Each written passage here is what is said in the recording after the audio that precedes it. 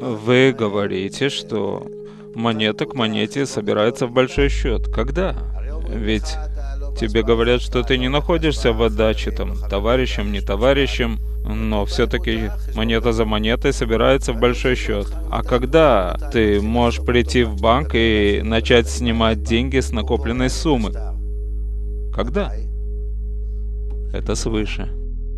Свыше. Свыше? Но ведь сначала ты производишь действие, что нет награды? Да, но для каждой души, для каждого человека это приходит индивидуально, в соответствии, скажем, духовному гену. Человеку нельзя указать с самого начала заранее, когда это произойдет у него. Это связано, и я не думаю, что даже самый великий каббалист может знать об этом. Ты должен видеть всю систему в конечном исправлении, в конечном.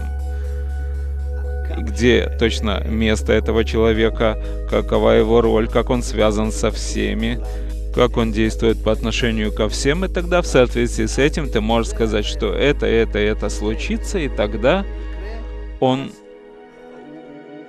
должен тоже пробудиться или до них, чтобы привести их, или в результате. То что это за монета, которой ты пользуешься? Говорится, монета к монете.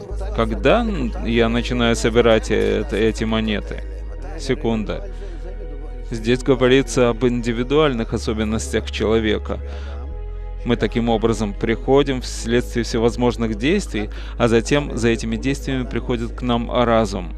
Вследствие действий, после этих действий, за ними тянутся сердца, а за сердцами уже происходят выяснения, а после выяснения уже приходит понимание и осознание.